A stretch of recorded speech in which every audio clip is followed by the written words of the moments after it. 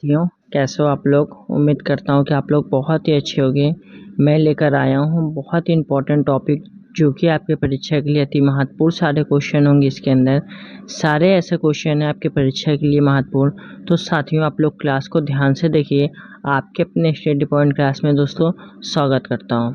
हम बढ़ते अपने क्वेश्चन की ओर। हमारा फर्स्ट क्वेश्चन क्या कहता है साथियों, उच्चतम न्यायालय के अधिकार क्षेत्र को बढ़ाने का अधिकार किसके पास है। उच्चतम न्यायालय के अधिकार क्षेत्र को बढ़ाने का अधिकार किसके पास है, तो यह हमारा संसद के पास होता है। नेक्स्ट क्वेश्चन, भारत के सर्वोच्च न्यायालय की स्थापना कब हुई थी। तो भारत के सर्वोच्च न्यायालय की स्थापना 28 जनवरी 1950 को हुआ था। नेक्स्ट क्वेश्चन की ओर बढ़ते हैं साथियों। नेक्स्ट क्वेश्चन हमारा क्या कहता है, भारत के सर्वोच्च न्यायालय के कार्यवाहक मुख्य न्यायाधीश की नियुक्ति कौन करता है, तो राष्ट्रपति करते हैं। भारत के सर्वोच्च न्यायालय के कार्यवाहक मुख्य न्यायाधीश की नियुक्ति कौन करता है, तो राष्ट्रपति करते हैं। नेक्स्ट क्वेश्चन, सर्वोच्च न्यायालय में मुख्य न्यायाधीश सहित कुल कितने न्यायाधीश हो सकते हैं, तो कुल जो है 34 न्यायाधीश हो सकते हैं। ठीक है साथियों, जो भी अंडरलाइन के अंदर क्वेश्चन दिए जाते हैं साथियों, वो इम्पोर्टेंट क्वेश्चन रहते हैं। वो कई बार आपके परीक्षा में पूछे जाते हैं, तो आप लोग इसको ध्यान से पढ़ा करिए। ठीक है साथियों, दूरसंचार विवाद निपटान एवं अपील अधिकरण के निर्णयों को केवल सुप्रीम कोर्ट में चुनौती दी जा सकती है। केवल सुप्रीम कोर्ट में चुनौती दी जा सकती है। नेक्स्ट क्वेश्चन की ओर बढ़ते हैं। नेक्स्ट क्वेश्चन क्या कहता है हमारा, उच्चतम न्यायालय के न्यायाधीशों के वेतन का निर्धारण किसके द्वारा किया जाता है, तो यह जो है संसद के द्वारा किया जाता है। किसके द्वारा, संसद के द्वारा किया जाता है। नेक्स्ट क्वेश्चन, सर्वोच्च न्यायालय के न्यायाधीशों की नियुक्ति किसके द्वारा की जाती है। सर्वोच्च न्यायालय के न्यायाधीशों की नियुक्ति किसके द्वारा की जाती है, तो यह राष्ट्रपति के द्वारा किया जाता है। नेक्स्ट क्वेश्चन साथियों, उच्चतम न्यायालय के न्यायाधीशों की संख्या में वृद्धि करने की शक्ति किसे प्राप्त है, तो यह संसद को प्राप्त होती है। नेक्स्ट क्वेश्चन, उच्चतम न्यायालय के न्यायाधीश किस प्रक्रिया के द्वारा हटाए जा सकते हैं, तो राष्ट्रपति के द्वारा संसद के अनुशंसा पर हटाए जा सकते हैं। नेक्स्ट क्वेश्चन साथियों, नेक्स्ट क्वेश्चन हमारा क्या कहता है, सामान्यतः उच्चतम न्यायालय सभी मामलों की सुनवाई नई दिल्ली में करता है, परंतु किसके अनुमोदन से वह किसी अन्य स्थान पर भी सुनवाई कर सकता है, तो राष्ट्रपति के अनुमोदन से। किसके, राष्ट्रपति के अनुमोदन से। नेक्स्ट क्वेश्चन साथियों, सर्वोच्च न्यायालय के न्यायाधीशों की सेवानिवृत्ति की आयु कितनी होती है, तो 65 वर्ष आयु होती है। कितनी वर्ष, 65 वर्ष आयु होती है। नेक्स्ट क्वेश्चन, भारतीय संविधान का कौन सा अनुच्छेद संवैधानिक विवाद में सर्वोच्च न्यायालय के अपीली क्षेत्राधिकार से संबंधित है, तो अनुच्छेद 134 फर्स्ट है। क्या है, अनुच्छेद 134 फर्स्ट है। नेक्स्ट क्वेश्चन साथियों, उच्चतम न्यायालय में संविधान के निर्वाचन से संबंधित मामलों की सुनवाई करने के लिए न्यायाधीशों की संख्या कम से कम कितनी होनी चाहिए, तो कम से कम 5 होनी चाहिए। अब हम बढ़ते हैं नेक्स्ट क्वेश्चन की ओर। नेक्स्ट क्वेश्चन क्या कहता है साथियों हमारा, यहाँ आ गए हैं क्वेश्चन सर्वोच्च न्यायालय संबंधी उनसे महत्वपूर्ण अनुच्छेद।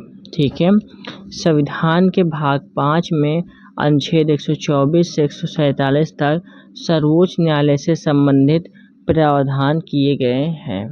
नेक्स्ट क्वेश्चन, अनुच्छेद 124 में सर्वोच्च न्यायालय की स्थापना एवं गठन संबंधी प्रावधान है। नेक्स्ट, अनुच्छेद 126 के अंतर्गत कार्यकारी मुख्य न्यायाधीश की नियुक्ति की जाती है। किसके, कार्यकारी मुख्य न्यायाधीश की नियुक्ति की जाती है। अनुच्छेद 127 के अंतर्गत तदर्थ न्यायाधीशों की नियुक्ति की जाती है। किसकी, तदर्थ न्यायाधीशों की नियुक्ति की जाती है। अब हम बढ़ते हैं अनुच्छेद 128 के अंतर्गत सेवानिवृत्त न्यायाधीशों को भी और सर्वोच्च न्यायालय की बैठकों में उपस्थित होने के लिए बुलाया जा सकता है, अनुच्छेद 128 के अंदर। ठीक है।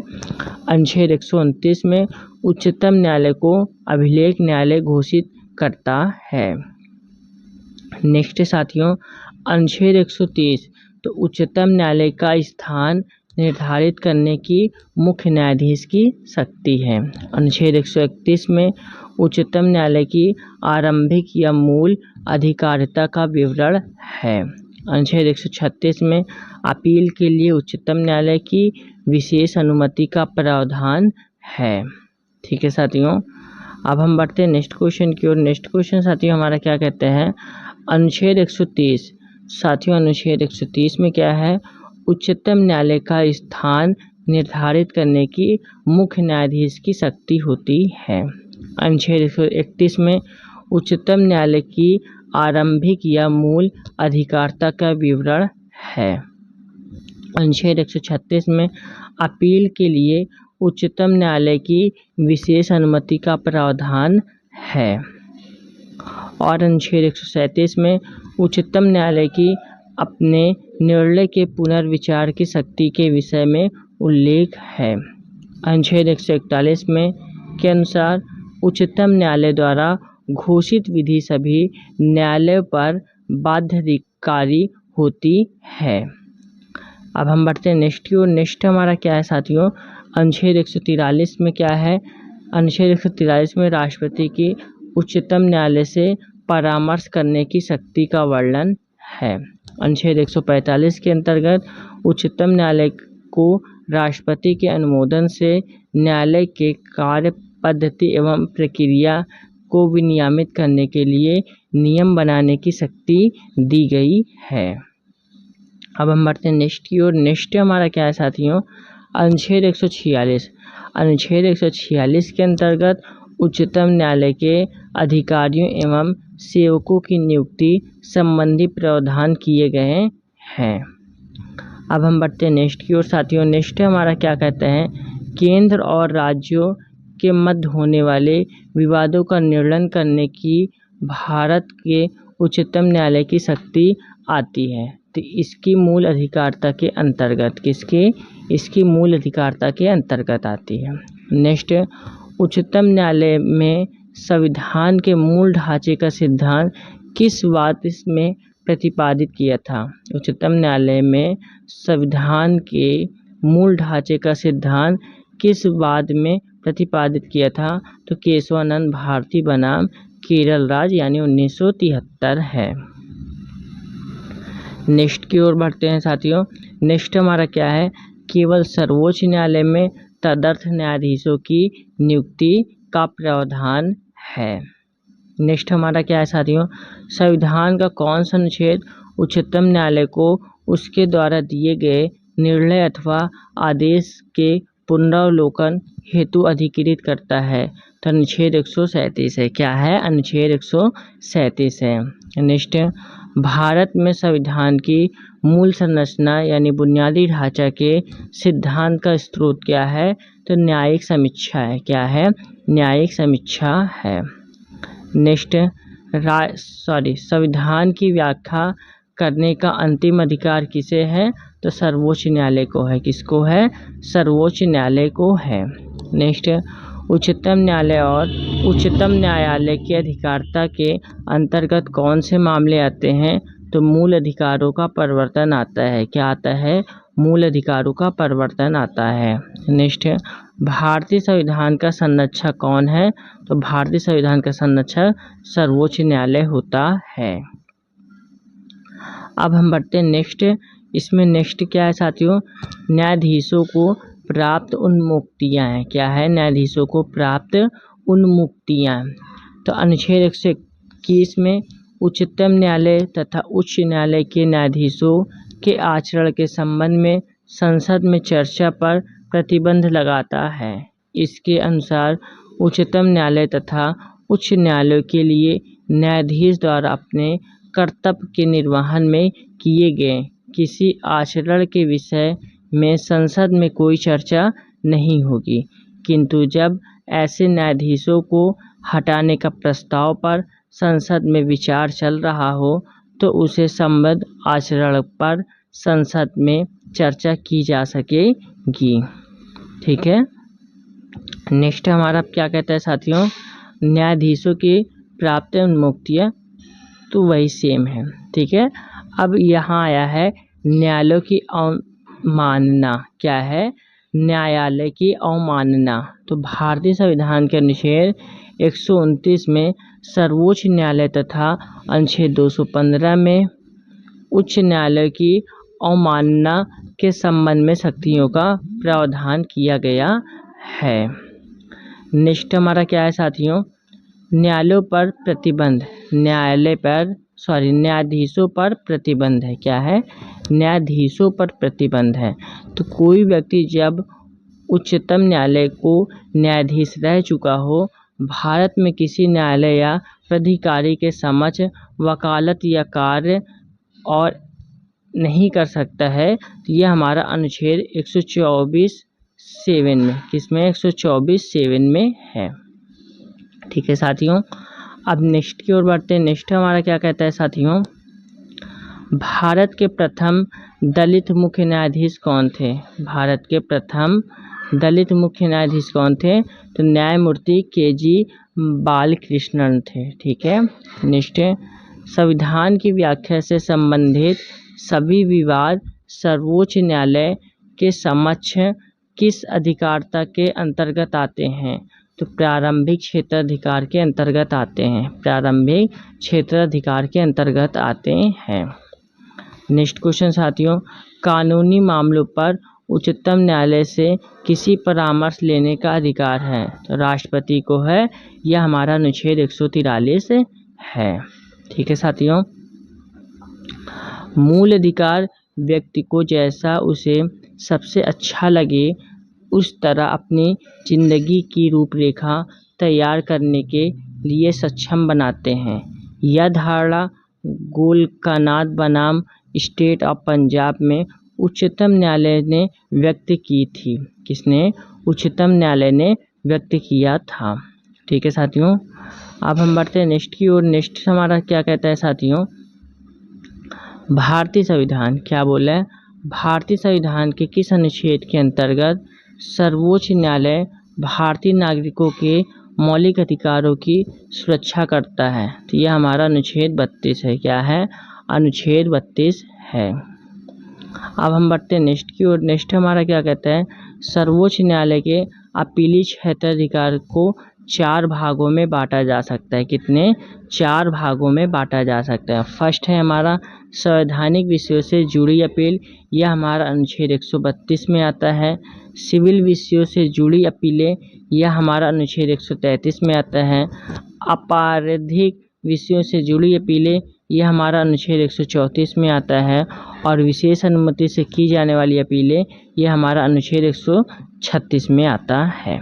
ये आप लोगों को ध्यान में रखना है। ठीक है साथियों। नेक्स्ट हमारा क्या है, सर्वोच्च न्यायालय के न्यायाधीशों नियुक्त होने के लिए किसी व्यक्ति को कम से कम कितने वर्ष तक उच्चतम न्यायालय में वकालत करनी चाहिए? तो 10 वर्ष तक वकालत करनी चाहिए। कितना है? 10 वर्ष तक वकालत करनी चाहिए। ठीक है। अब हम बढ़ते हैं नेक्स्ट की ओर साथियों। नेक्स्ट हमारा क्या कहता है, सर्वोच्च न्यायालय के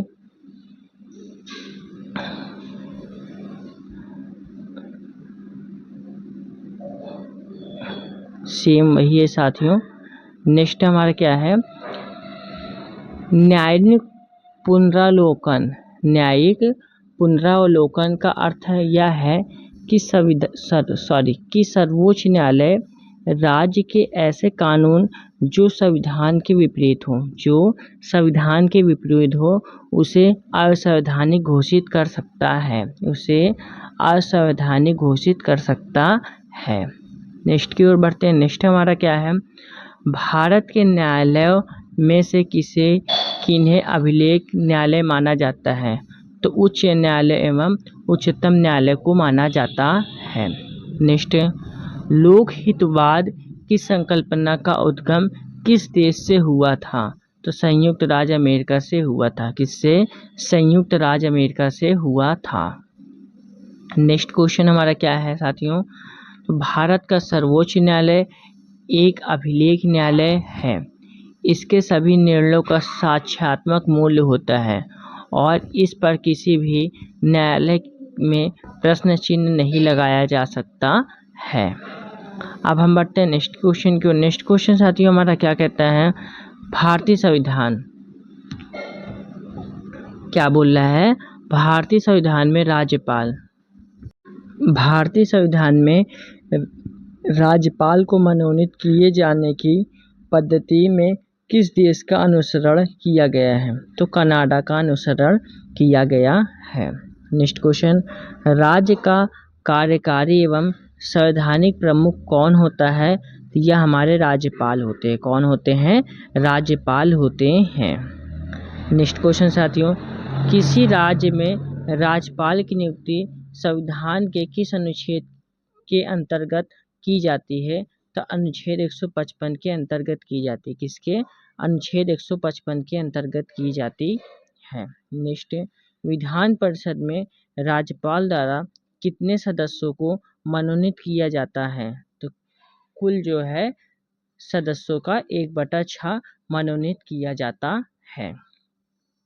नेक्स्ट क्या है हमारा, यदि राज्यपाल संसद अथवा विधानसभा का सदस्य है तो जिस तिथि को वह राज्यपाल का पद धारण करेगा उसी तिथि को उसका संसद अथवा राज्य विधानसभा में पद रिक्त मान लिया जाएगा। ठीक है। नेक्स्ट क्वेश्चन साथियों, झारखंड, छत्तीसगढ़, मध्य प्रदेश तथा उड़ीसा में एक जनजाति कल्याण मंत्री की नियुक्ति कौन करता है, तो यह राज्यपाल करते हैं। कौन करते हैं, राज्यपाल करते हैं। नेक्स्ट है, राज्य विधानसभा के सत्रवासन का आदेश किसके द्वारा दिया जाता है, तो यह राज्यपाल के द्वारा दिया जाता है। नेक्स्ट क्वेश्चन साथियों, राज्यपाल किससे सलाह कर जिला न्यायाधीशों की नियुक्ति, स्थानांतरण और पदोन्नति कर सकता है, तो यह हमारा उच्चतम न्यायालय होगा। क्या होगा, उच्चतम न्यायालय। नेक्स्ट क्वेश्चन, राज्यपाल के वेतन और भत्ते किस निधि से दिए जाते हैं, राज्य की संचित निधि से दिए जाते हैं। अब हम बढ़ते हैं अपने नेक्स्ट क्वेश्चन की ओर साथियों। नेक्स्ट क्वेश्चन साथियों क्या कहता है हमारा, झारखंड, छत्तीसगढ़, मध्य प्रदेश तथा उड़ीसा में एक जनजाति कल्याण मंत्री की नियुक्ति कौन करता है, तो राज्यपाल करते हैं। राज्य विधानसभा के सत्रवासन का आदेश किसके द्वारा दिया जाता है, तो राज्यपाल के द्वारा दिया जाता है। ठीक है। नेक्स्ट, राज्यपाल किससे सलाह कर जिला न्यायाधीशों की नियुक्ति, स्थानांतरण और पदोन्नति कर सकता है, तो यह हमारा उच्च न्यायालय होगा। राज्यपाल के वेतन और भत्ते किस निधि से दिए जाते हैं, तो राज्य की संचित निधि से दिए जाते हैं। नेक्स्ट साथियों क्या है, भारत के संविधान में राज्य के राज्यपाल के विरुद्ध अभियोग चलाने का प्रावधान नहीं है। नेक्स्ट क्वेश्चन साथियों क्या है हमारा, राज्यपाल किस अनुच्छेद के अंतर्गत राष्ट्रपति के विचार के लिए किसी विधेयक को आरक्षित रख सकता है, तो अनुच्छेद 200 है। क्या है, अनुच्छेद 200 है। नेक्स्ट क्वेश्चन, वर्तमान में राज्यपाल का मासिक वेतन कितना है, वर्तमान में राज्यपाल का मासिक वेतन 3,50,000 रुपये है। नेक्स्ट क्वेश्चन, राज्यपाल किसके प्रति उत्तरदायी होता है, तो राष्ट्रपति के प्रति उत्तरदायी होता है। नेक्स्ट क्वेश्चन साथियों, 7वें संविधान संशोधन अधिनियम 1956 के अनुसार एक व्यक्ति को 2 या 2 से अधिक राज्यों का राज्यपाल नियुक्त किया जा सकता है। राज्यपाल पुनर्नियुक्ति के भी योग्य होता है। अब हम बढ़ते हैं नेक्स्ट की ओर। नेक्स्ट हमारा क्या कहता है साथियों, राज्यपाल द्वारा की जाने वाली नियुक्तियां, राज्य के महाधिवक्ता की नियुक्ति। नेक्स्ट, राज्य लोक सेवा आयोग के अध्यक्ष एवं सदस्यों की नियुक्ति है। और नेक्स्ट, राज्य निर्वाचन आयोग के अध्यक्ष एवं अन्य सदस्यों की नियुक्ति है। और नेक्स्ट, विश्वविद्यालय के उपकुलपतियों की नियुक्ति है। और 5 हमारा राज्य वित्त आयोग का गठन है। ये हमारे राज्यपाल द्वारा की जाने वाली नियुक्तियां हैं। ठीक है साथियों, नेक्स्ट हमारा क्या है, राज्यपाल उच्च न्यायालय के न्यायाधीशों की नियुक्ति के विषय में राष्ट्रपति को परामर्श देता है। किसको? राष्ट्रपति को परामर्श देता है। नेक्स्ट है, राज्यपाल को राज्य लोक सेवा आयोग के सदस्यों को निलंबित करने का अधिकार भी प्राप्त है। नेक्स्ट क्वेश्चन साथियों क्या है, जम्मू एवं कश्मीर के उपराज्यपाल की नियुक्ति कौन करता है? तो भारत का राष्ट्रपति करता है। कौन करता है? भारत का राष्ट्रपति करता है। नेक्स्ट क्वेश्चन, भारत में राज्यपाल बनने वाली पहली महिला कौन थी? तो पहली महिला सरोजनी नायडू थी। कौन थी? सरोजनी नायडू थी। नेक्स्ट क्वेश्चन क्या है साथियों हमारा, राज्य विधानसभाओं में आंग्ल भारतीय समुदाय के लिए प्रतिनिधित्व का प्रावधान भारत के संविधान के किस अनुच्छेद के द्वारा किया गया है? तो अनुच्छेद 333 के द्वारा 104वें संशोधन के द्वारा स्थगित है। ठीक है, तो साथियों यहाँ पे हमारे क्वेश्चन कंप्लीट होते हैं। और आप लोगों को क्लास कैसी लगी है? क्लास अच्छी लगी तो क्लास में आप लोग एक लाइक करके, क्लास को ज़्यादा से ज़्यादा शेयर करके, वीडियो को एक लाइक ज़रूर करिए और कमेंट बॉक्स में अपनी राय अवश्य दीजिए। ठीक है साथियों, अब हम बढ़ते हैं नेक्स्ट टॉपिक में और उसके बाद अगली वीडियो आएगी नेक्स्ट टॉपिक पे, जो भी उसमें भी बहुत ही इंपॉर्टेंट क्वेश्चन होंगे। तो आप लोग नेक्स्ट टॉपिक का इंतज़ार करिए। ठीक है साथियों, जय हिंद, जय भारत।